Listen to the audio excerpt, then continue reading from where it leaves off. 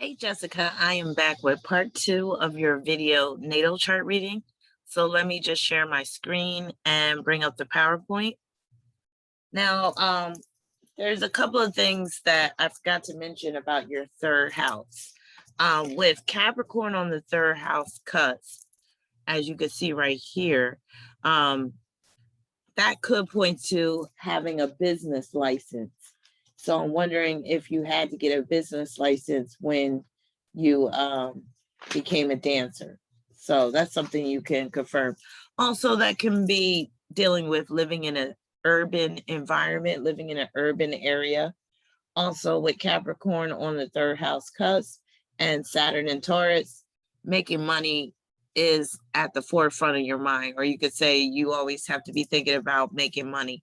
And that can make sense being a dancer because, you know, the money's not guaranteed and it depends on how well you do every night. Now that Capricorn on the third house cusp, especially since it's the Aries pointed Capricorn, the 0 degree of Capricorn, that right there is coinciding with your birth number of 8. So I remember you asked about your birth number 8. So that Capricorn on the third house cusp shows that, yes, your mind is very much like that 8 birth number. So mature, serious, responsible, self-sufficient in terms of your mindset and thinking. But the problem with that is when you have Saturn ruling the third house and it's in the 7th, that could deal with where people could have too much influence over your mindset, or they could try to will too much influence over your mindset. They might also be trying to impose their standards upon you, just like I said with this Saturn opposition ascendant aspect right here. But again, just to reiterate, Saturn is squaring Neptune in Aquarius. Saturn is ruling the third house, and that's why you have the high-pitched voice. So again, Saturn and Taurus alone could point to an issue with the voice. It could point to shortened vocal cords. And then with Saturn squaring Neptune in Aquarius, that's almost like you ever suck on a helium balloon and then you start talking. That's kind of like that Neptune and Aquarius influence. That's like kind of like the helium effect. And like I said, it can cause you to have a high-pitched cartoonish voice. So I just wanted to reiterate that. Again, also with Neptune in the third, you could end up having a lot of misunderstandings, a lot of misconceptions, things getting misconstrued. Also, there could be an issue with problems with documentation or documents, things getting mixed up. So that's something to keep in mind as well. All right, so let me pull up the slideshow.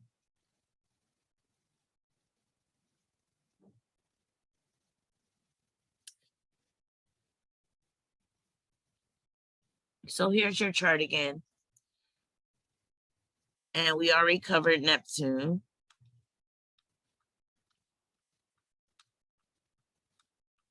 So now we're going to get into the 4th house. So 4th house. So you have the 4th degree of Aquarius on the 4th house cusp. Now that 4th degree is like Aquarius. So basically the Aquarius themes are compounded when it comes to the 4th house. Also, Uranus, ruler of Aquarius, is in the 4th house, which is compounding the themes of Aquarius on the 4th as well. So the themes of Uranus in the 4th is very much similar to Aquarius on the 4th, especially since Uranus is in Aquarius. And the fact that Uranus is retrograde is just basically exacerbating the potential for upheavals in terms of your living situation, drastic changes, unexpected changes, shocks, upsets, even destruction. So there could be situations where you are dealing with a destruction of property or damage to property. Broken window could be a manifestation of Uranus square Chiron, because Uranus is in your 4th house, or issues with a window. You might get improper insulation, like there might be, you might live in a home at one point that's drafty, where there's cold air coming in during the winter time. So Uranus in the 4th, ruling the 4th, it's just pointing to instability within your living situation or the home environment, an unstable living situation growing up. But I'll be getting into that more. Also, Saturn is co-ruler of your fourth house, and Saturn's in Taurus, which can mean that the cost of living can sometimes get to be too much, to the point where you might have to share the cost of living with others because Saturn's in the seventh house. Also, Saturn in Taurus means that you're very much concerned about the look of your home, the appearance of your home, the upkeep. But with Saturn square Neptune, things could be chaotic or messy at times, disorganized. Things could easily get lost or just be misplaced. This can also point to the theft of something in your home. So Saturn squaring Neptune brings the need to be very careful of who you allow into your home. Saturn square Uranus as well brings a need to be very careful of who you allow in your home, but we'll get more into that in a minute. Now, Aquarius on the fourth, with Uranus in the fourth, that's also pointing to themes involving your father. So we'll get into that as well. And let me know if you've ever lived in a home where there were stained glass windows, or at least one window, or you know how the door, there might be like a little glass in the door, and it might be stained glass with some fruit on it or something like that. Let me know if you've ever lived in a house like that, because when you have Aquarius energy in the fourth, it could be indicative of living in a home where there is some type of stained glass window. Or you could just live in a unique home, period. You could end up living in a high-rise apartment building. You could end up living in a big apartment complex. Even public housing can be Aquarius on the fourth as well. Just unique type of situations involving housing as well. So at some point, you might decide to live in a loft where it's like an open floor plan. All right, so let's get into Uranus in the fourth. So Uranus is at the 10th degree of Aquarius. It's retrograde and it's in the fourth house. So the 10th degree is known as the Wheel of Fortune, and it produces cycles of ups and downs, cycles of growth and decrease, cycles of progress and stagnation. So you could go through maybe like a 5-year cycle of where you're struggling, followed by a 5-year struggle where you're doing very well financially. So life will go up and down, especially with respect to your living situation, since Uranus is in the fourth house. Travel is a major theme, as well as the come up. So I call the 10th degree to come up because it can result in coming up through your associations, benefiting through your associations. But where you might benefit, you might also meet with your downfall, which brings the need to be very careful and cautious when it comes to who you're associating with. So again, benefiting through your friendships and associations. The wrong associations could contribute to your downfall. Cycles of ups and downs with a friend. Cycles of ups and downs with social media. So there could be times where you're very actively engaged in social media. There could be other times where you might be just putting your social media page on freeze, or you might just be shutting it down. You might get tired of it. And it would make sense because you're a Scorpio rising. That's something that Scorpio risings are famous for. You might even delete a lot of pictures too. And that could be the essence of that Ascendant square Neptune as well. Deleting a lot of your pictures. So that's so Scorpio. Weird or perverse men. So Uranus at the 10th degree of Aquarius can result in attracting weird or perverse men. Also, your father could have displayed indifference, or he could have been rather detached when you were growing up. Now, a little bit about Uranus in the general generational level. So Uranus was in Aquarius between 1995 and 2003. It was during this time that the internet began to go mainstream. New websites were cropping up by the thousands. Uranus in Aquarius officially ushered in the information age. Uranus in Aquarius also birthed a significant number of crystal children. These children have been endowed with extremely keen intuition and creative genius. A lot of crystal children have had a hard time following the dictates of society. Uranus in Aquarius is responsible for all of the social justice warriors that are prevalent in this day and age. Uranus in Aquarius also brought the concerns of the LGBTQ community more to the forefront of political discourse.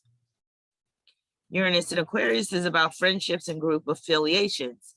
The house position and aspects of Uranus will show where you are in need of liberation and in what circumstances you are likely to rebel.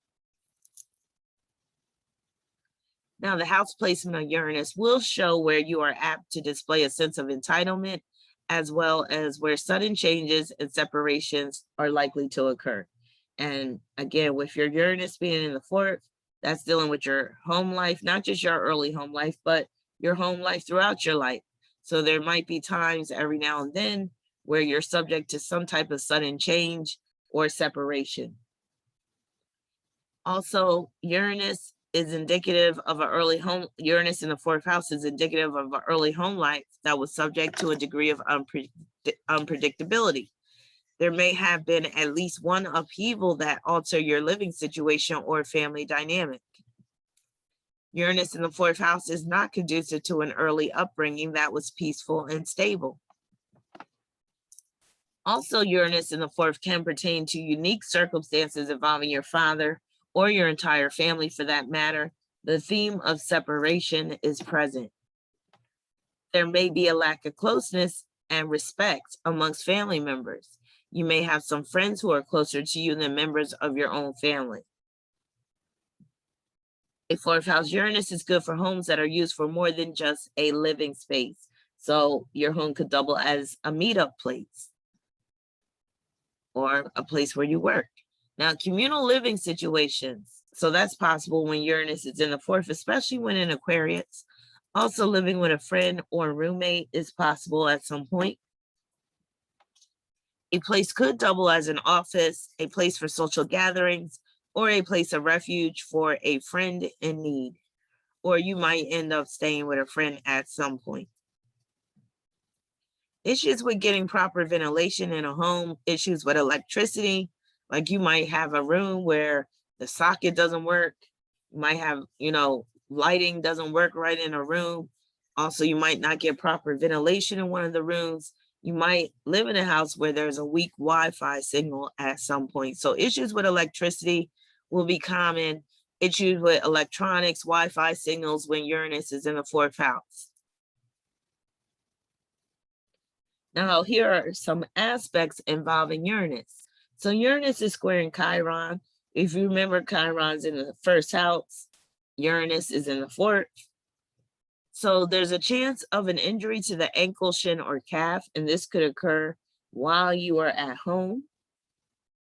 So for instance, you could be walking down the steps and then you miss a step and you step on your ankle instead of your shoe or your foot. Being betrayed by a friend is a possible manifestation. Sudden death of a friend, but this could also apply to your father. Bad nerves, anxiety, sensing doom. Extreme emotional upset. So I know you talked about your Aquarius moon and how you didn't understand what people said about, Aquarius moon doesn't really produce a overly emotional person, but you were saying that you were. Let me just go back to what you wrote, because I wrote it there.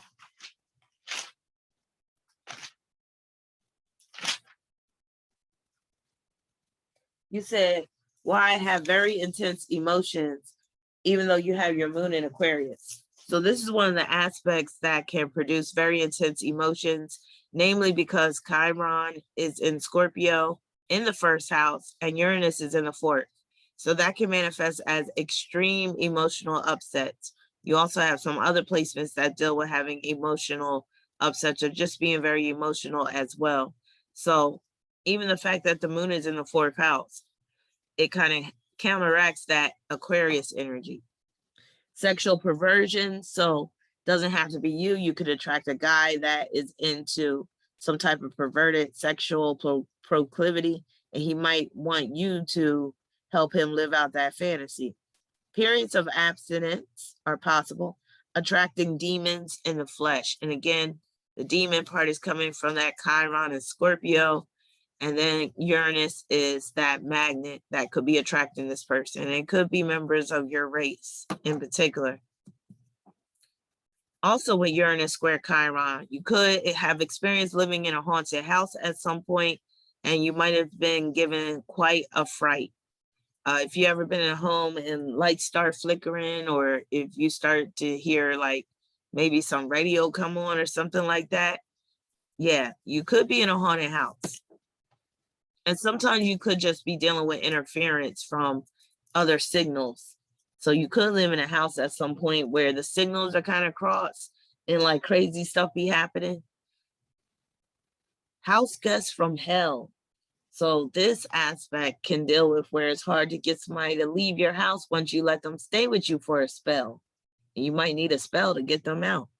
But yeah, this brings you to be very careful of who you invite into your home, even so-called friends, if you don't know them very well, because Uranus does represent friends, but it can also represent, when it's in the 4th house, a house guest, who's usually a friend anywhere, or a family member. Blocked vents. So I already talked about the problem with the ventilation. So there could be an issue where the vents are clogged or blocked. You could also have clogged storm drains or gutters. Electrical problems, power outages, surges. Pest. And this could, when I talk about pests, this is like where you got to call the person out a number of times, because the pest problem could be quite stubborn, where it just keeps coming back.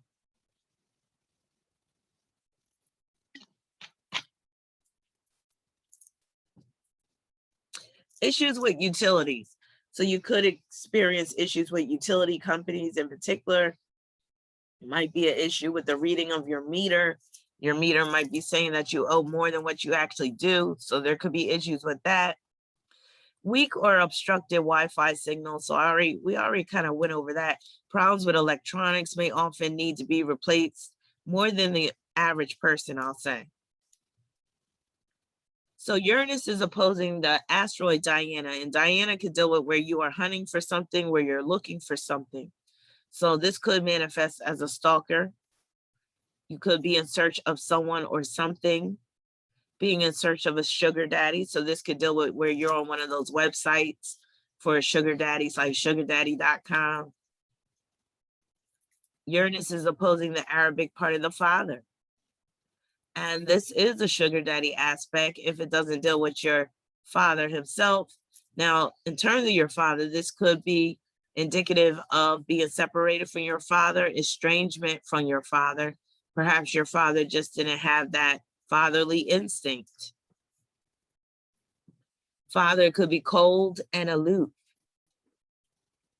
All right, let's talk about your moon. So your moon is also in the 4th house. It's at the 23rd degree of Aquarius. I'm sorry, I put 29th degree instead of 3rd degree. Oh my God, here we go. For some reason, why was I stuck on the 29th degree?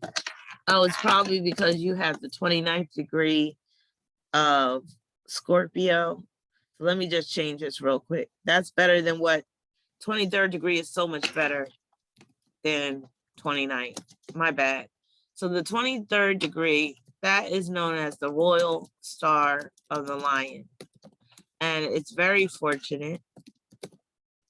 It can result in being highly favored by, especially by people in positions of authority. It can manifest as long distance relocations and international travel. It can result in being well-traveled and cultured. Multiculturalism is a major theme of the 23rd degree. And the 23rd degree of Aquarius, that can bring friends into your life who are of different races, nationalities. It could also bring friends into your life who basically will help you to grow in some ways, And that could even deal with where you and a friend could double as roommates at some point. So the fact that it's the 23rd degree, again, my bad with that 29. I don't know why I was stuck on that 29. Let me get rid of this too. It's much better than that 29. All right, let's go back.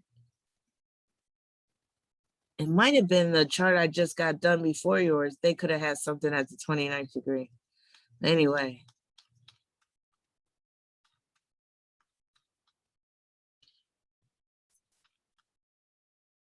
So the moon in Aquarius produces a very friendly personality. You are laid back and nonchalant.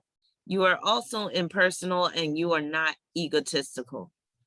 Also, let me just go back. That 23rd degree is good for all forms of communication. It can actually result in being refined in terms of your speech, where you could communicate on a higher level, you can even say. So it's good for writing. It's good for, you can even say lecturing even. Could be have some skills as an orator. And you do have that 10th house Mercury, so that would make sense. Now you have a healthy, ribald sense of humor, and at times you could be a little goofy. Also, the Aquarius moon produces the need to be independent, and if your liberties are restricted, you are apt to become rebellious. You are very progressive, and you are very focused on the future. You like to walk to the beat of your own drum, and you do not like to be under anyone's authority. Now, the Aquarius moon will bring you into contact with people from all walks of life, especially since it's at the 23rd degree. And it's very easy to attract colorful, offbeat, and eccentric individuals. Some of them may just be plain weird. You may be a bit eccentric yourself. You are not emotionally needy, and there's a tendency to come across as cool and aloof. See, that's why I don't talk about how the Aquarius moon is not an emotional moon. But I always say it's not emotionally needy, which is a difference. You could be emotional like I am. I'm very emotional, but I'm not emotionally needy. Like, I don't have a need to be near somebody day in, day out, and I don't have a need to be in a relationship. And I don't, even if I was in a relationship, I wouldn't have a need to see my partner every day and be close to them and all that type of stuff. So you're the same way. So you're not emotionally needy, but you're emotional. So now you might be a little bit more emotional. You might be a little emotionally needy because you got that 4th house moon. But yeah, so the Aquarius moon doesn't really produce an emotionally needy person, but they could be just as emotional as the next person. Only thing with Aquarius is a person will often try to rationalize or intellectualize their emotions. Now, moon in Aquarius produces a high degree of emotional intelligence and emotional detachment. So with that emotional intelligence, again, it's where Aquarius can look at the emotional landscape of the situation. They can look at their own emotions and the emotions of others and rise above them, and to be able to, you know, even discuss how they feel about things without allowing those feelings and emotions to prevent them from intellectualizing them, basically. Now, moon in Aquarius produces a high degree of emotional intelligence and emotional detachment. You take an egalitarian approach to your interpersonal relationships, and you do not esteem one person above the other. You do not give a person respect simply due to his lofty position or status. Some may view you as disrespectful at times. Now, you are very kind, thoughtful, and you are always willing to lend a helping hand. There is a need to reduce the tendency towards self-entitlement, however. Sometimes your emotional reactions and behavior can be shocking to others, and it may even shock you at times. There is ease in understanding information technology and scientific concepts. You may be very active on social media, and it is very easy to attract a major following on social media, or just a major following or fan base, period, when your moon is in Aquarius. There is ease in being a trendsetter. You are very inventive, and you are inclined to think outside the box. Your imagination is broad and abstract. You have a way with colors and a unique perspective when it comes to design. You are a magnet for all kinds of things, both good and bad. You are extremely intuitive. The moon in Aquarius denotes challenges with family, and it is indication of an early upbringing that was unstable and unpredictable at times. Your relationship with your mother may not be the norm. There's a chance that you were separated from her at some point, or she may not have been very nurturing. Also, the Aquarius moon can bring problems with your chest, breast, and stomach. You may have an erratic digestive system in your stomach, may be prone to upset. You can also experience problems with your menstrual cycle, like you can have an erratic menstrual cycle. Also can bring unusual appetites and quirky eating habits. Sudden changes in diet is another possibility. You may be drawn to alternative diets such as vegetarianism and veganism. Cellular memory is strong with a fourth house moon. So a fourth house moon can produce moments of past life recall. Also, the fourth house moon produces strong gut feelings. You may have knowledge of things without knowing how you know them, especially because the moon is ruling that ninth house. So that is like a double dose of intuitive energy. Suppressed memories are a product of the fourth house moon. Also, unconscious behavior. So you may behave in ways that, you know, sometimes, again, that could deal with, sometimes you might do things that shock you even, and that could be when you are allowing your unconscious to control your behaviors or dictate your behaviors. Now, fourth house moon places much focus on home, family, your father in terms of his influence within the home or lack thereof, and your early upbringing. Also, your father's dealings with another woman could come into play with this fourth house moon in Aquarius. He could have created another family aside from the family that he created with your mother. Living with your mother could have been one of your biggest challenges. Unstable living situations could, you know, be present at various times in your adult life. Sorry, my sinuses. Seemed like as soon as the air kicked on, my sinuses started acting up.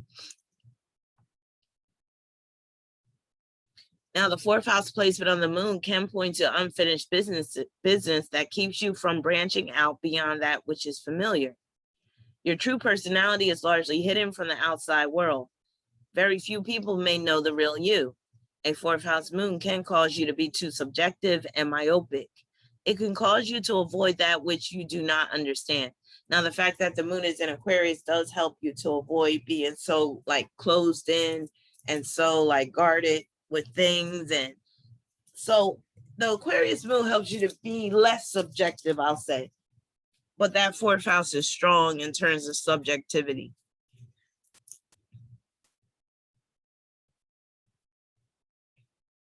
Now, here are aspects involving the moon. So the moon is forming a quincunx with both Venus and Mars, and they are in Cancer. And that Cancer Aquarius quincunx is one of the most difficult because, you know, Cancer deals with home, it deals with closeness, it deals with, you know, neediness, it deals with your emotions, it deals with your mother. And then Aquarius is about separations, detachment. It's about more so logic or rationality than emotions. Also, Aquarius is liberation, but Cancer is about close contact. Also, Cancer is a pretty much loyal sign, whereas Aquarius is disloyal. So challenges with fitting in, dissension within groups or dissension within the household, dissension within the family unit, being relegated to the friend zone or to the other woman status. Challenges with choosing a major or completing a degree program, and that's because Venus and Mars are in the ninth house and the moon is ruling the ninth. So you may enroll in a degree program, but then something might come up and you end up postponing it or you end up dropping out. Issues with dancing fully nude. Now that might be like the rules of the club. Maybe you can't be fully nude, or maybe you don't like being fully nude.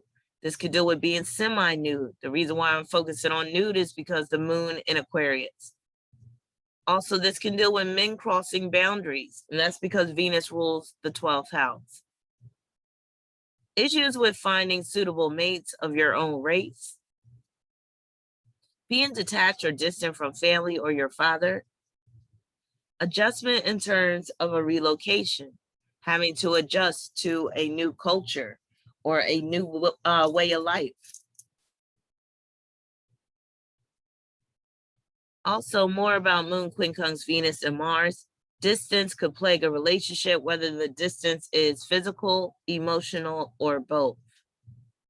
Challenges with being a housewife. So that was one of your questions. You said, let's see, will I be a good housewife or a good wife? And this Moon, Quincunx, Venus, and Mars points to challenges with being a housewife. You might not feel that you're really living your life to the fullest by just being a housewife. So that could be a problem after a while. Might want to break free because Venus and Mars is in the 9th house. Now, a love triangle or open relationship is possible. Issues with privacy, violation of your privacy. Unpredictable work schedule. That's because Mars is ruling the 6th house. Issues with water pressure in a home. Issues with the HVAC. Problems with the breast. Possibility of uterine fibroids. And that's because Venus and Mars are in the 9th house. 9th house deals with growths. Cancer deals with the uterus. The moon rules the uterus, and it's in Aquarius, which can deal with some type of abnormality. So these quincunx aspects do put you in a position to be prone to developing fibroids or some type of growths of the uterus, but also the breast and the stomach. So just to put it out there, these quincunx aspects basically make you a candidate for cancer. Not saying that you're going to actually develop cancer, but it does make you a candidate. Now, you might have somebody, female family members where breast cancer or uterine cancer or fibroids run in their, your family. So if so, it could just be that, and it could mean that, the potential is there. Weight gain is possible, but this could happen much later in life. Issues with food, sensitive stomach, eating disorder. So I'm not saying you have one, but this brings the potential. Moon opposition Mercury. Being alienated. This is a really tight aspect because both planets are at the 23rd degree. So that 23rd degree comes into play, and that could deal with issues with communication, also education, travel. Being alienated, ostracized, or bullied when in school. So that's a possibility. So you can let me know if that was happening. Now, it may not have been, all the time, but there could have been some instances where you were either alienated or bullied when you were going to school, living apart. And actually that Mercury opposition moon, that could be like a Mean Girls aspect, especially from the Leo influence. Now, living apart from a sibling could have took place, be it at odds with a sibling, or maybe you just didn't really know a sibling. Maybe this is a half sibling. Inappropriate contact involving a sibling, relative, or neighbor could have occurred. Being put on display, so this could be as a dancer, having to dance in the nude or semi-nude. And that Mercury in Leo is just about you getting that attention from the public because it's in the 10th house. And hearing comments from men. So that could deal with the comments that men are uttering as you're dancing, things that they're saying to you, because we're talking about Mercury. And this can also deal with, there could be times when a guy is trying to record you with his phone or whatever. I don't even know what the policy is in strip clubs dealing with phones like that. You could let me know how that works. Because I would think nowadays things would be kind of tricky with everybody having a cell phone. And a guy could just whip out his cell phone and start recording you. So this could be part of that opposition, that whole problem or potential problem, I'll say. So this is one of the aspects that can make you come across as an airhead, ditzy, or where you're spaced out. Also, it can make it hard to show up on time. So this opposition has a lot to do with your grooming process, especially in terms of being in the mirror. You might spend a lot of time in the mirror, just looking at your image, and you might be seeing things that are out of place, things that are wrong, which makes you spend more time. Some people may view you as strange. Also, you could relocate for a job opportunity. So also with Moon opposition Mercury, this can deal with attention-seeking behaviors, doing shocking things for attention. You just correct that part.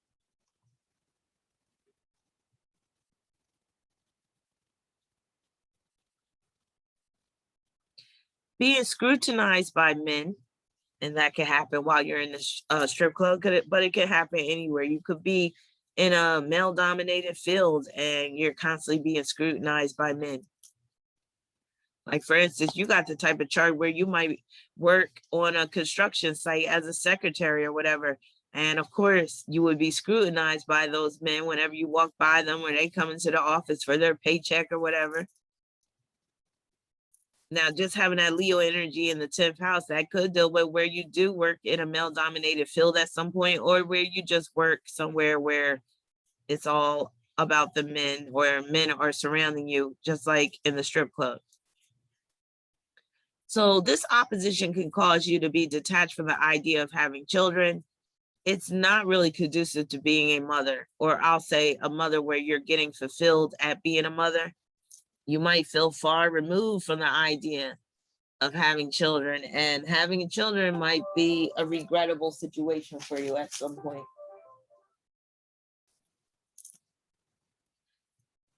This opposition also is about the housewife versus career woman. So the housewife is represented by your moon in the 4th house. And then the career woman is represented by that Mercury in Leo in the 10th. So it's like, okay, if you choose the housewife, you're going to feel like you are selling yourself short in terms of your profession or the contributions you can make to the world, to society. If you choose the career woman path, you might long for just those days where you could just be at home and cater to your husband and, you know, just be more about your personal life. So this opposition is showing that, yeah, you might do one thing or place more focus on one area at the expense of the other. It's going to be hard to achieve balance. This can also deal with your line of work as well. Now, this could pertain to a half sibling on your mother's side. Also, this could pertain to not receiving enough attention from your mother. And also, there could come a time where you're forced to relocate. So this is another aspect that could pertain to your father having another woman or family. And the moon is conjoined to the asteroid Cassandra. So this can deal with receiving astrological advice through the readings you receive, this natal chart interpretation report, and also the advice you receive via the videos on YouTube.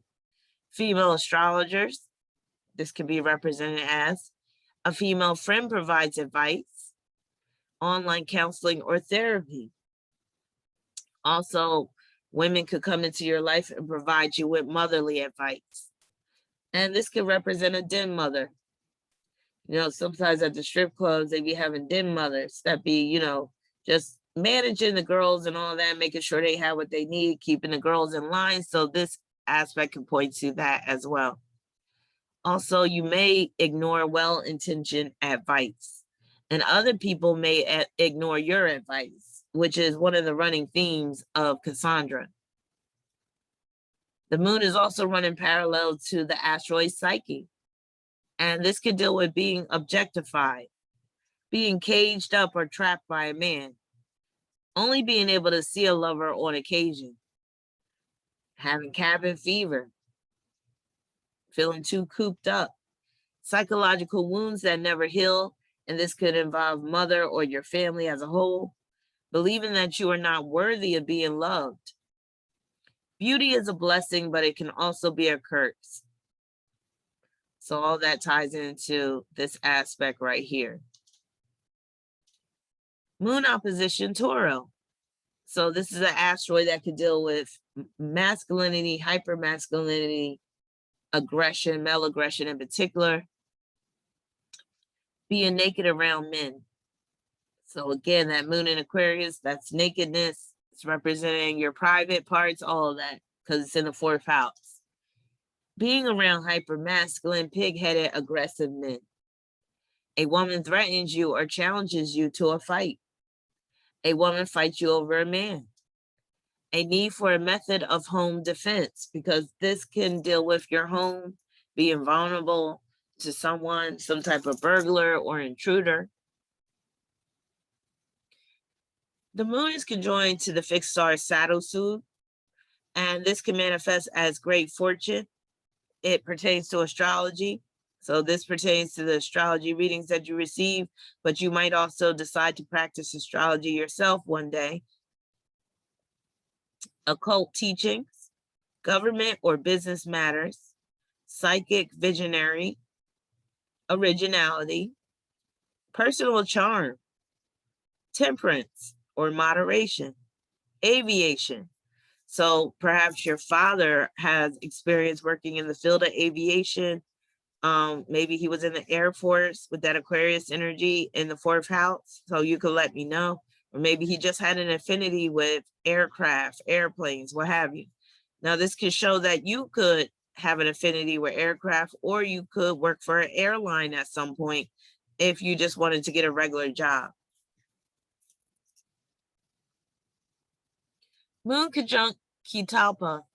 Kitalpa is a fixed star that gives friendship, sagacity, meaning, sage advice or sage wisdom, frivolity. It can bring a love of pleasure, fame, horsemanship.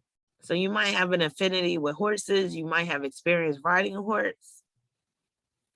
The moon is also conjoined to the fixed star Deneb Al-Jedi, and that deals with a wise leader. Finding the joy inherent in sorrow and vice versa. Glory and fame can be yours if death is avoided. Betrayal is possible, and it could be at the hands of a friend because the moon is in Aquarius. Loss of position. All right, let's get into this South Node. So your South Node is in the 4th house. It's at the 2nd degree of Pisces. And that 2nd degree deals with home, family, motherhood, race, culture, nationality, food, domestication, closeness, and emotions, because it is very much like the moon in Cancer. So that 2nd degree is compounding the 4th house themes. 2nd degree of Pisces in particular can deal with being blessed in some of these areas, but it can also make it feel like you are cursed in some of these areas as well, or it can make it seem like, you can't get a break, or that you have to make too many hard sacrifices, or that you're dealing with some kind of loss or sorrow. Confusion as well. Now, with that Pisces South Node, karmic lessons center on sacrifice, sorrow, isolation, and victimization. And there's a tendency to play the role of the victim, and this needs to be reduced. There's also a tendency to have unrealistic expectations, dreams, and aspirations that can lead to constant disillusionment and disappointment.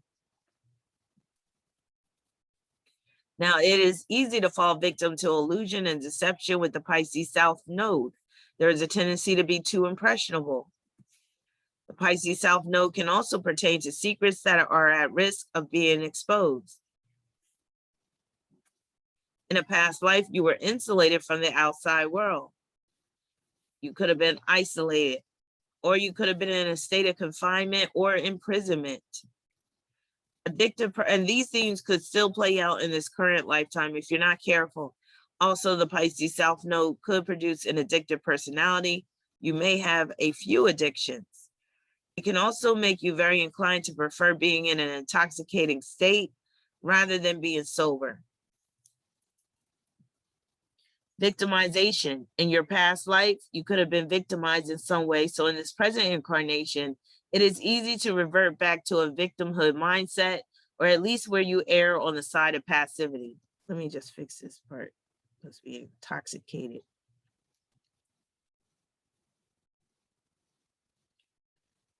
There was something here that I wanted to fix too. I guess I'll find it later. Oh well.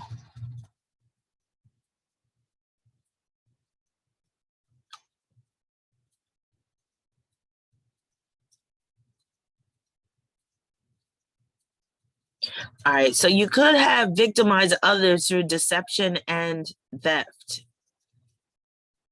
And that's in a past life, but that can also be tempting. It could be one of your temptations in this current life, theft and just cutting corners, taking shortcuts, cheating, being deceptive in some way.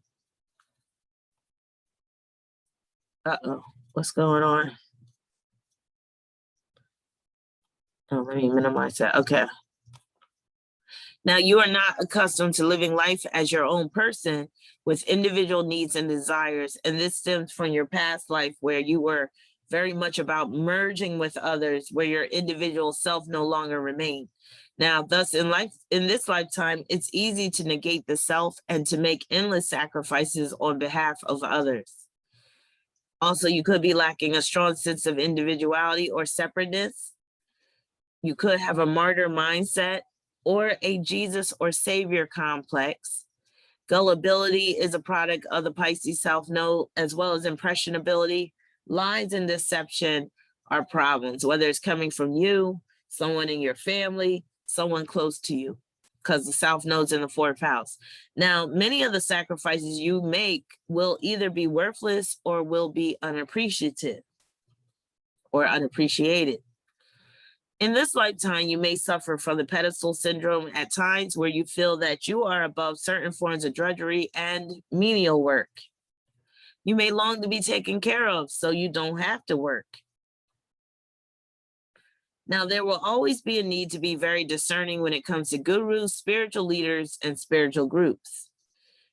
Also, the South Node brings yearnings to escape from your circumstances, produces an inability to cope with reality at times. When life gets to be too challenging or demanding, you are apt to look for a means of escape. Addiction could be a major problem. There's also a tendency to be attracted to gossip, rumors, and scandals. In this lifetime, you may be the victim of vicious rumors, and you may easily get caught up in scandalous situations. Abandonment and neglect are major themes of the Pisces South Node. So that could have been a theme with respect to your father in particular because of the 4th house emphasis. And invisibility. There could be times in your life where you are looked over, passed over. People act like they don't see you. They might get right in front of you like they don't see you. Inferiority complex can come with the Pisces South Node as well. Now, the 4th house South Node will bring karmic circumstances involving home, family, and the most personal aspects of your life. Since the 4th house pertains to the chest, breast, stomach, and womb, these areas of your body are very vulnerable to disease and injuries. The 4th house South Node beckons you to turn focus away from the domestic concerns in order to make an impact upon the world at large. And this is a big part of the reason why being a housewife is not really going to cut it for you, especially long term. Now, when too much focus is directed towards your personal needs, you often end up on the losing end. A 4th house South Node can result in at least one major relocation in your lifetime. Your home life will lack stability a great amount of time. Now, you could have, years where everything is stable, but just when you get too comfortable, that's when an upheaval could take place or something will happen where you have to move. Now, it will also be difficult maintaining order within the home environment. That's especially if you live with other people. But even if you just live with yourself, if you're not that type of person that's always like very orderly, and with the Pisces South Node in the 4th house, you could be rather messy, or you could have grew up in a messy home, or just kind of been a little chaotic. Now, the South Node occupying the fourth house will bring circumstances that can result in the loss of a home. So this could occur through foreclosure, eviction, divorce settlement, fire, natural disaster, as well as major home repairs. You may even face the threat of homelessness at some point in your life. I have a fourth house South Node, and I've definitely been there. Now, karmic debt will be paid back through domestic concerns, including your relationship with your father or any father figures in your life. There could be loss, sorrow, and abandonment with respect to your father. Also, the fourth house South Node produces karmic-induced circumstances with your family as a whole. In this lifetime, you will need to cut the apron strings and stop relying on family to help you make it in this life. Oftentimes, you will find that family is not there for you unless you are in dire straits, and even then, they may place conditions upon their level of support. You may not have a strong affinity with your birthplace, which is a good thing, since you're supposed to spread out and experience the world at large in this lifetime. The fourth house Pisces South Node can trigger cellular memory, and this phenomenon can occur via dreams, visions, deja vus, and through significant others. Like, for instance, somebody could be like, oh, remember that time back when we were kids, that such and such and such and such. And then you'd be like, no, I don't remember. And then when you go home later on, you'd be like, oh my God, I do remember that. Now, the South Node residing in the fourth house will result in past life relationships with family members and close friends that are based upon unfinished business and unresolved issues. Let me just clean that up real quick.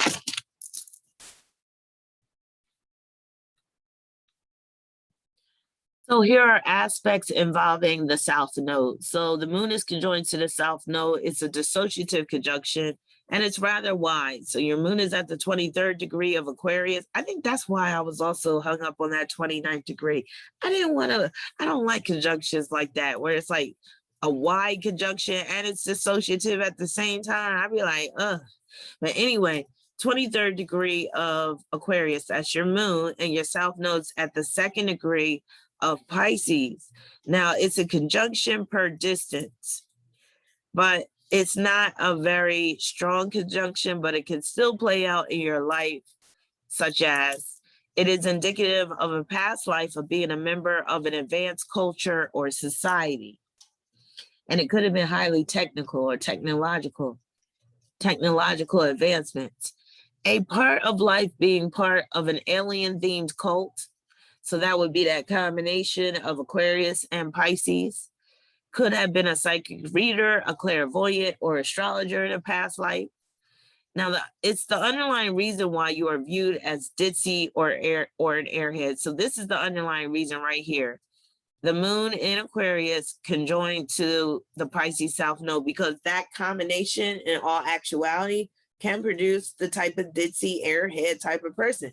I'm not saying you are, but maybe you were kind of like that in a past life, especially if you were like either a psychic reader or a clairvoyant, and you were very open about what you did, because people might look at you as flaky. You could have been one of those ones that were really on that etheric plane where you didn't have any use for the mundane, and you were all like woo woo and spiritual, and you always use these spiritual terms and all this type of stuff, and you're talking about how the spirits could talk to you. So you carry this energy over into this current life, and that's why people will sometimes view you as ditzy or an airhead or unintelligent. Now, karmic debt involving mother, family, female friends. Karmic debt involving home is reinforced. Problems with the, water in a home, leaks, flooding. South Node conjunct moon again, dreams about an advanced civilization or aliens. You could have a dream about very tall, pale race of people, could be the Aryans. Problems with stomach, breast, uterus, lymphoma is possible because of that Pisces South Node. Mom could have escaped through her friends, through drinking, through drug use, or even being ultra religious, very devout. Alien status in terms of immigration, being an illegal alien. Now, if this is not you, this could pertain to your father. So I was seeing themes of like immigration dealing with your father, or where, you know, maybe if it wasn't him, maybe it was his own father that was an immigrant. Caribbean roots, perhaps. Maybe it comes from your father. And again, the citizenship theme is present in your chart. South Node square Pluto. So this can result in being conned, scammed, or being a victim of fraud, especially because Pluto is in your second house and it's ruling your second house, and Pluto is your chart ruler. So this is one of the most problematic aspects in your chart. A lot could go wrong with this aspect, but it can also deal with where you just feel blocked from doing certain things in life. Or it can also translate into where you avoid doing certain things. Enticement, entrapment, the underlying reason for your intense emotions. So here's another aspect that is pointing to your intense emotions. So this aspect can produce emotional outbursts. It can result in being very upset, very intense feelings, sobbing, crying spells, being inconsolable. Negative influences can trigger paranoia or fear. Issues with control when sharing a home with people. Theft within the home, burglary, violation of privacy. Also with the South Node square and Pluto, an inferiority complex is triggered by the idealism of others, so that could be problematic. Men crossing boundaries when you are working. Costumes could end up smelling musty. Lacking discretion. Having to pay club rent or dues in order to work. And that's, of course, as a stripper. Being handed counterfeit money. Let me know if that's ever happened to you, because this is possible. High-risk pregnancy, miscarriage, injury to the foot, puncture wound, challenges with walking at some point is possible. Feet becoming damaged due to high heels, too much pressure being put on your feet. South Node sextile Saturn. So here's a positive aspect that is showing some of the past life good deeds that you have brought over into this current life, or past life talents, gifts, skills that you have brought over into this current life. Making money as a dancer is possible. Sugar daddy aspect, good for gold digging.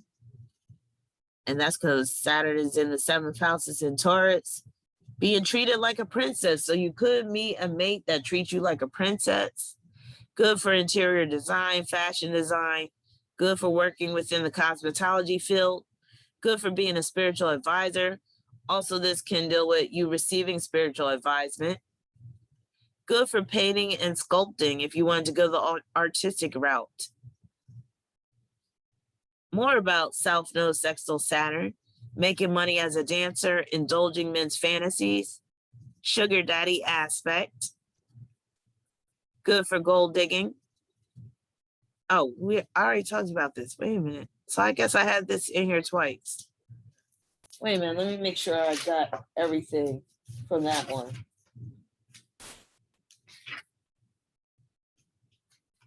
Just to make sure. Yep. So let me just take this one out of here.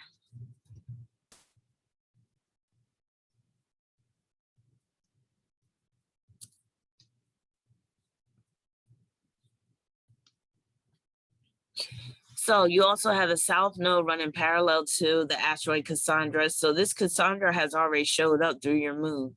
So spiritual psychic advisors, those that you go to, past life as a spiritual advisor. So this reinforces the past life theme as a psychic or a spiritual advisor. People not taking your advice in this lifetime. So that could be one of the karmic issues that come with this aspect. Ignoring sage advice. People not taking you seriously, believing you are unintelligent, ditzy. So here's another issue that's pointing to that. All right, so we're on the 5th house. What I'm going to do is take a little break, and I'll be back with this 5th house and also the 6th. Okay, I'm back. So let me share my screen again.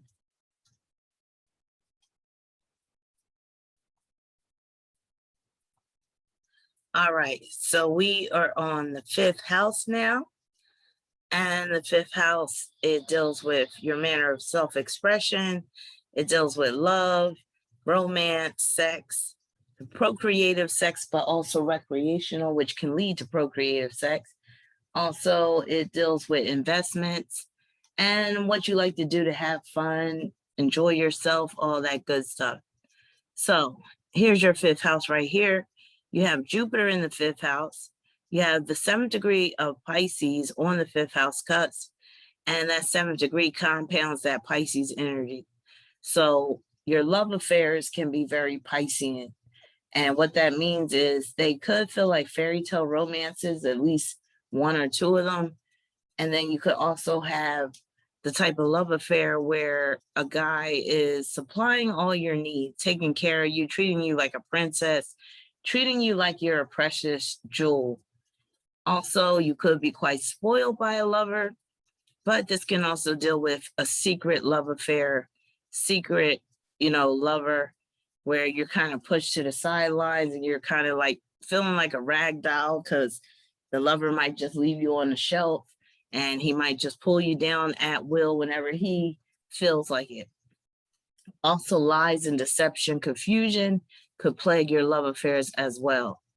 About children, Pisces on the 5th is not really conducive to fulfillment through children. You might even regret having children. So that's something where you want to think long and hard about. Now, you can actually have children because you have Jupiter in trine with Venus and Mars.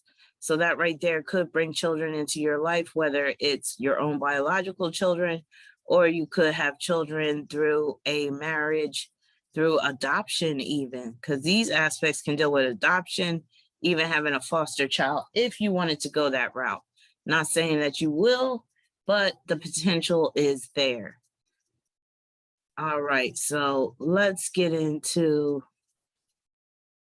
Jupiter. So Jupiter, actually, let's go back real quick. So Jupiter is co-ruler of your 5th house because Jupiter rules Pisces, and it's in the 5th, so that's just compounding that Pisces energy. But Neptune also rules your 5th house, and it's in Aquarius. And it's in the 3rd house, which means that communication will be a major theme with your love affairs. Neptune in Aquarius, however, can deal with where you have a lover who is not fully available to you. That can also deal with a love affair of convenience. It can also deal with where you're the other woman.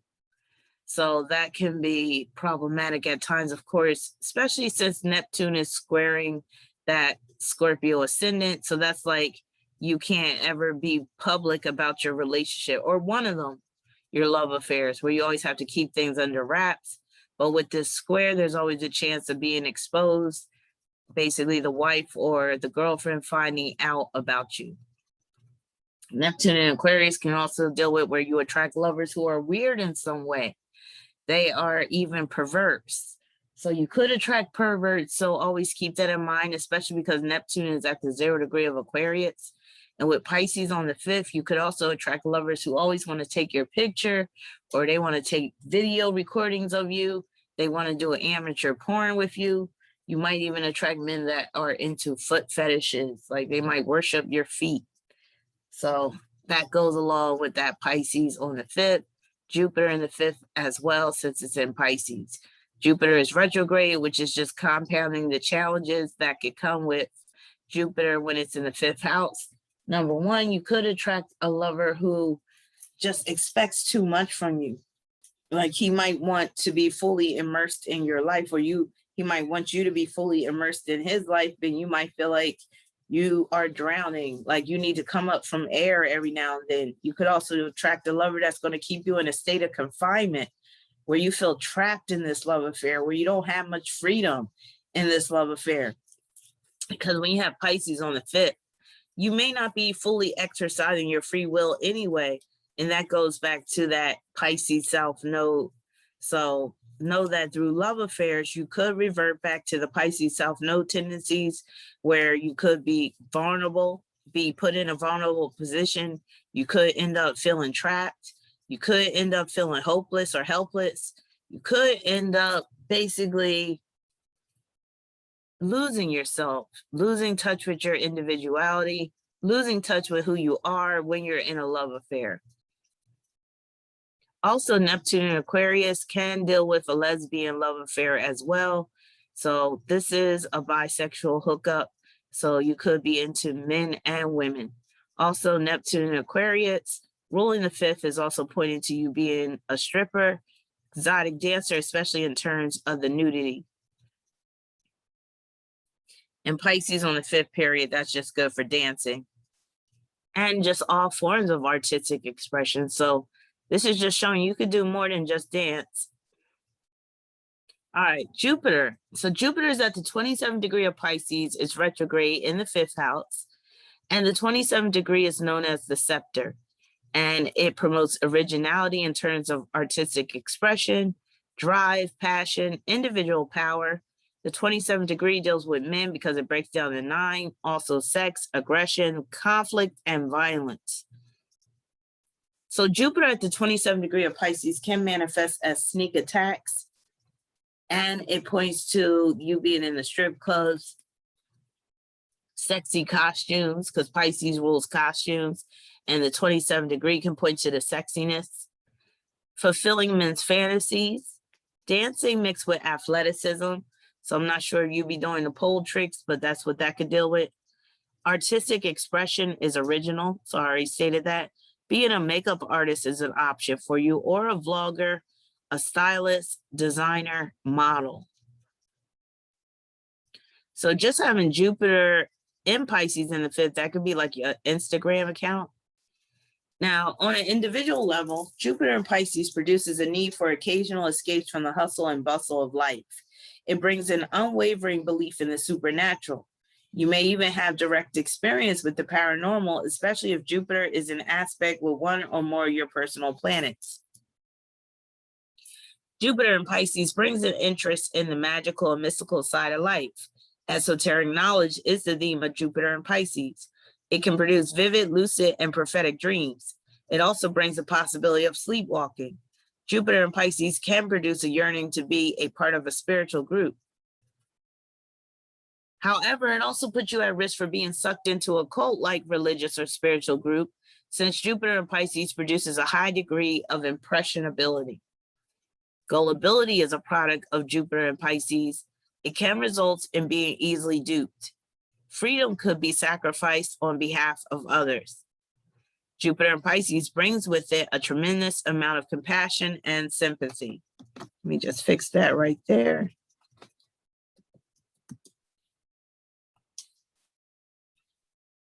Jupiter in Pisces brings with it a tremendous amount of compassion and sympathy. It can also manifest as a high tolerance for certain intoxicants. Certain medications may not produce the intended effect. When Jupiter is in the fifth house, there is a need for freedom of expression. There is also a need for plenty of fun and recreation. Now, with Jupiter being in Pisces, you may love going to like concerts, museums, art galleries. You might love to watch movies, listen to music, and dancing, of course. Now, a fifth house Jupiter can produce a big appetite for sex. It can also make you sexually adventurous. Now, with Jupiter being in Pisces, the fantasy aspect of sex comes into play. It also brings a need for sexual freedom when Jupiter is in the fifth house. And when Jupiter is in Pisces, you may not feel like you can be as free as you want to be sexually at times. Now, Jupiter in the fifth house can result in a myriad of sexual experiences and or a long list of sex partners. You may be very knowledgeable regarding the topic of sex as well. Jupiter in the fifth house also means that you are a big-time romantic. You are very generous in terms of love and displays of love. You have a big heart. Now, when Jupiter is in the fifth house, there's a tendency to give too much of yourself in order to demonstrate your love and loyalty. And with Jupiter in Pisces, it's about devotion. So on one hand, you could attract a lover who is very devoted to you. On the other hand, you could attract a lover who claims that you're not devoted enough. Now, Jupiter, when occupying the 5th house, makes it easy to enter into a long-distance love affair. Sorry about all these typos. I was trying to get these notes done. You may be open to dating outside of your race or nationality. Early childhood education is a possible area of study when Jupiter is in the 5th house. Other possible areas of study are marketing, theater, and finance. A 5th house Jupiter in Pisces can manifest as multiple pregnancies. It can also manifest as a special needs child. So that's another thing that needs to be taken into consideration, especially because Jupiter is afflicted by Chiron and Uranus. So you need to keep that in mind when it comes to deciding whether to have a child. Now, in terms of religion and spirituality, when Jupiter is in the 5th house, there is a disdain for any doctrine that restricts your ability to fully express yourself, or should I say freely express yourself. If a spiritual belief system does not ring true in your heart, it will not be easy to accept it as gospel. All right, here's aspects involving Jupiter. So Jupiter, semi-square Uranus. This is like where you are basically, oh my God, another typo. And this is because I was dictating it. I apologize. So this is, I meant to put unfinished. So this could deal with where you have unfinished, incomplete projects. Finding out the shocking truth about a lover. Videos, photos, nudity, quality, standards of decency. So this could come into play with your job as a stripper, dancer, but it can also come into play like if you were to have an OnlyFans account or an account on Instagram where you are basically modeling. And this also just shows you got to be careful about sending guys photos because a guy could take revenge porn against you. So you got to be careful about that. And you got that Jupiter sesqui-square Uranus, sesqui-square Chiron. So that could be revenge porn.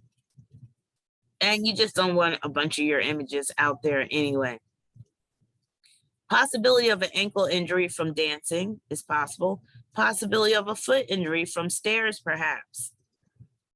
Fake friends. Lover feigns similar interests. So you could attract a lover who's faking the funk, making it seem like y'all have all these common interests, but he's only lying to try to get close to you, try to win you over. Confusion about astrology, for instance. The Liliths. So we'll get into the issue with your Liliths when we get into the 9th house. Failing to plan for the future is possible with this aspect. Interrupted sleep. So your sleep patterns could be messed up at some point. Jupiter semi-square Uranus, again, adverse reactions to medicine or medication. Problems with lighting in a home or electricity. Working throughout the night can be an issue at times. Issues with boundaries when living with people. A tendency to ignore your intuition. Being in denial regarding the truth. Jupiter sesqui-square Chiron. Attracting lovers who will ghost you after sex.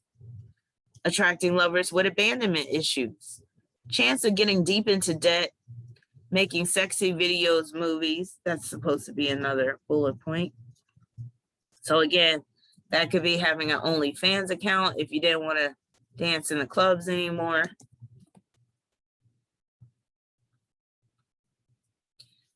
Being fetishized, being used, being the vessel for a lover's deviant sexual fantasies, being too impressionable. Complications with surgery is possible. Going on binges, whether it's drugs or alcohol, perhaps blacking out. Adverse reactions to drugs, being poisoned or drugged. Crushing blow to the foot or toe, a lot of pressure being put on your feet. There's a chance of developing foot fungus.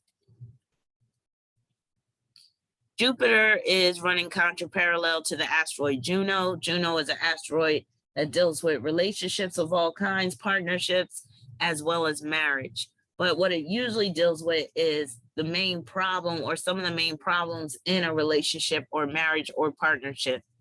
This could be a secret relationship, a relationship where devotion is lacking, A lover assumes a passive role in the relationship, being in a submissive position when in a relationship, being in bondage to a partner, meeting a mate in the strip club. Jupiter is also opposing the Arabic part of understanding. So attempts to gain understanding of the dreams that you have, or some of them, attempts to gain understanding of investments, especially cryptocurrency, because Jupiter is in Pisces, attempts to understand a lover, attempts to understand a child, seeking the help of a spiritual advisor to help you to gain understanding of your life. All right, that brings us to the 6th house. So here's the 6th house. You don't have any planets in the 6th. So you have Aries on the 6th house cut. So in terms of health, Aries on the 6th can produce headaches, fevers, rashes, acne, and chronic pain. Also, Aries on the 6th can manifest as an iron deficiency, otherwise known as anemia. And then we have to take a look at your Mars. So Mars rules the 6th house, which means that Mars is coming into play in terms of your health. Now, one thing about Aries on the 6th, it does produce a strong constitution, and it makes it easy to recover from illnesses, especially like colds and flus. Now, you might burn up, like have a hot fever or high fever, but that's just your body's way of getting rid of those toxins that are producing the cold and flu symptoms. Now, Mars is in Cancer, and Mars in Cancer can deal with some issue with your stomach. So you could have bouts of acid reflux, indigestion, heartburn. You also are at risk for developing ulcers. And then Mars is conjoined to Venus, so that can point to an issue with your hormones. So your hormonal levels may fluctuate, especially because Mars and Venus are in quincunx with the moon in Aquarius. So you could also have issues with your menstrual cycle. You could have an erratic menstrual cycle, or you could have times where it's just not even showing up. Mars conjunct Venus in Cancer. Venus deals with the lower back. And so you could end up having an injury in your lower back area, and it could be to the sciatic nerve, because that ninth house rules the sciatic nerve. Also, with that Cancer energy, that could deal with an issue with your breasts. Maybe you're extra critical of your breasts. It would make sense because you're an exotic dancer. And then you have Mars and Venus trine Jupiter. That could deal with breast augmentation. So I already have that written in the area dealing with Mars and Venus. So I'm kind of getting ahead of myself, but we are talking about your 6th house. So we got to get into what that Mars is doing.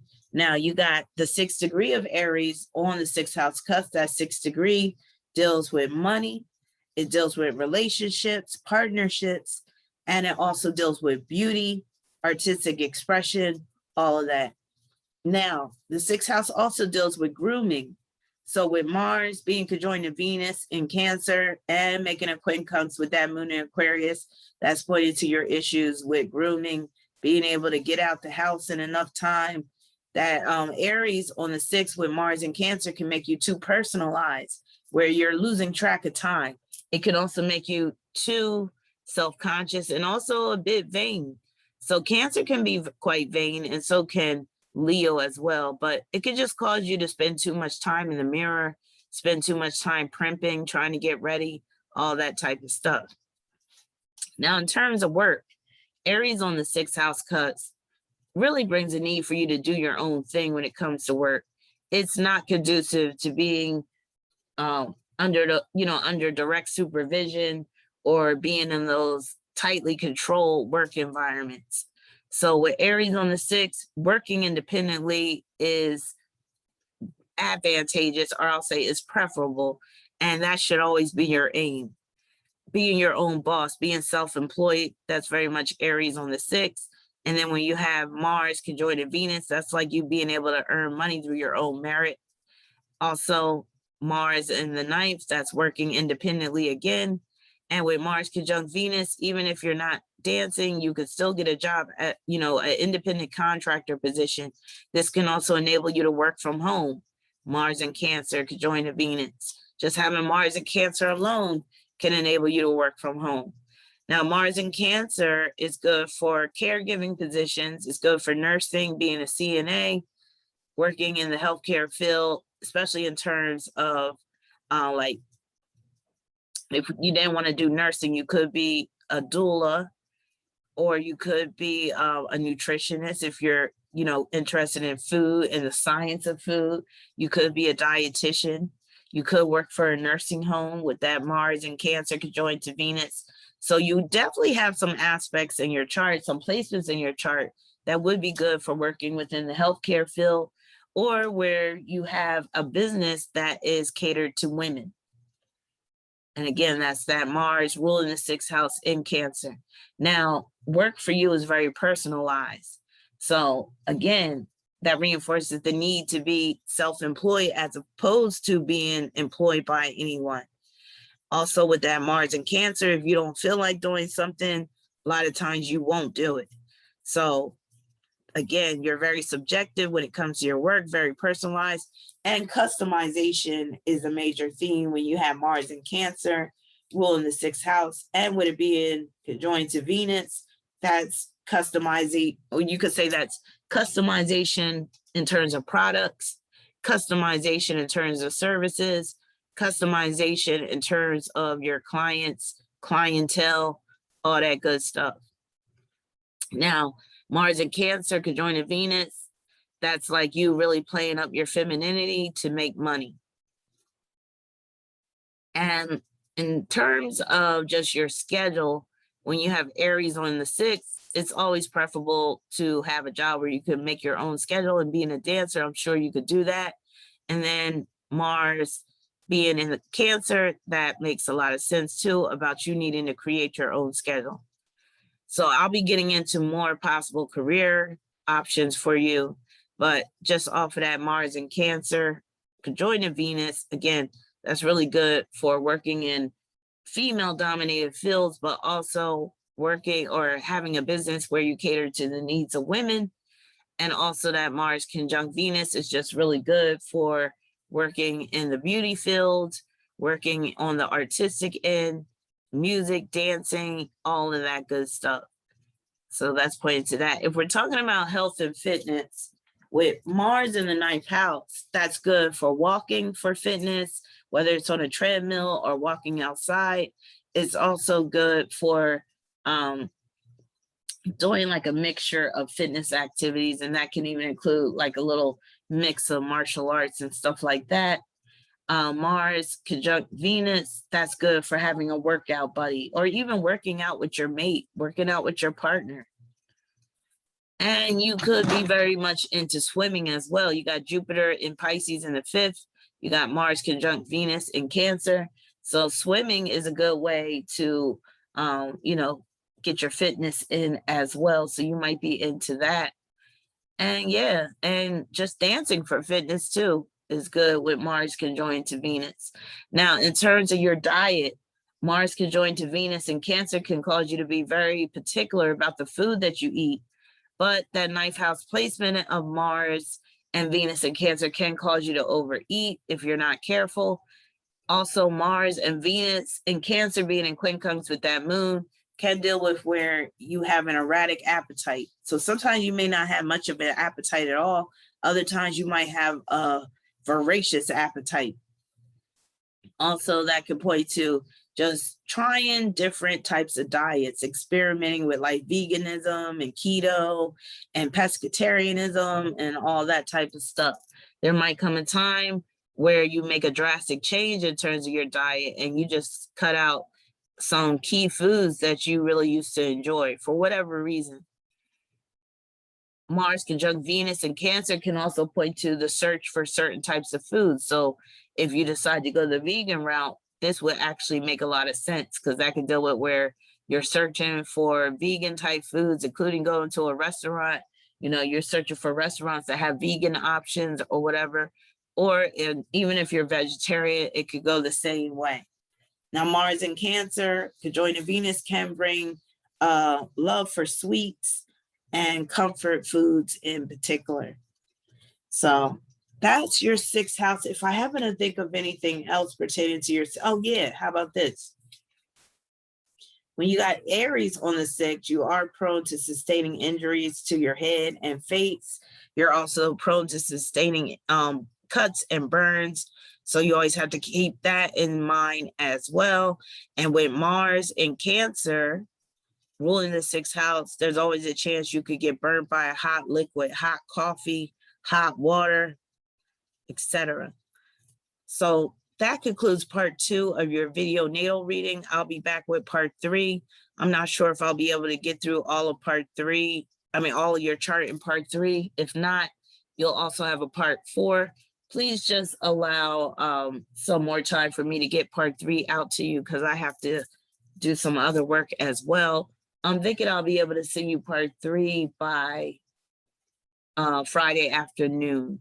So thank you for your patience. And if you have any questions, just write them down. You can send me your questions in an email and I will answer them. If I get your questions before I do part 3, I'll answer them in part 3. I'm also going to, actually, before I let you go, let me see what other questions. I'm not going to get to all of them, but let me answer one more question for you, dealing with some of the houses we already went through. Let's see if I can find it. Okay, here it is.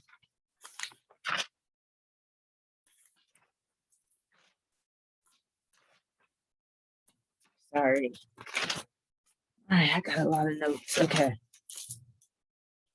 So you said problem areas in your chart. We'll get into that because that's more in terms of summary. You said, don't understand chart ruler. How does Pluto retrograde change in terms of expression? Well, that Pluto in Sagittarius being retrograde, that could just deal with where you can become extra obsessed over situations. It can actually increase your emotional responses, or I'll say exacerbate your emotional responses. Also with that Pluto in the 2nd house, your self-worth comes into play. So it can mean that your self-worth can change. It can fluctuate depending on certain situations that you're in. So Pluto being your chart ruler, being in Sagittarius, that's you being basically an adventurous, also very much about freedom and very much about living life to the fullest if you can. So Pluto is afflicted by the nodes, and also it's making a quincunx with Saturn. So that can kind of inhibit you in terms of you being able to express that energy. But keep in mind that Pluto is not a planet that you really have control over on a personal level. So Pluto being your chart ruler is really dealing with other people, especially in terms of the money or financial support that you receive from other people, but also other people trying to impose their values upon you. And they could be quite overbearing with that as well. Now you ask, could you marry up or marry wealthy? Most definitely. You have Taurus on the 7th, but we'll get into that in part 3. You also have Venus trine Jupiter. You have the Leo midheaven making a trine with Pluto, Saturn and Taurus making a trine with the Virgo North Node. So you definitely have the ability to attract a rich man to marry up. I already answered your question about the dancing job, and we'll get into more good career paths for you. And I already touched on the part about why people get the impression that you are unintelligent, airheaded, and ditzy. So just to reiterate, Saturn, ruler of your 3rd house, is in Taurus, is squaring Neptune in Aquarius. That's pointed to your voice, but also where people might look at you as being a bit ditzy and airheady. Also, you have Mercury opposing the moon as well. And that comes into play with that. All right. So, oh, and one more. You said sign and placement that is most dominant in your chart. So with Mars being co-ruler of your chart and being conjoined to Venus, that is the most dominant. And it's in Cancer in the 9th house. So that energy, but also being a Scorpio rising. So Scorpio with that Chiron in Scorpio, the 1st house, That's very dominant as well. But I'll say the most dominant is Mars, co-ruler of your chart, being conjoined to Venus in Cancer, especially because it's up there in the 9th house. All right, so I will be back with part 3.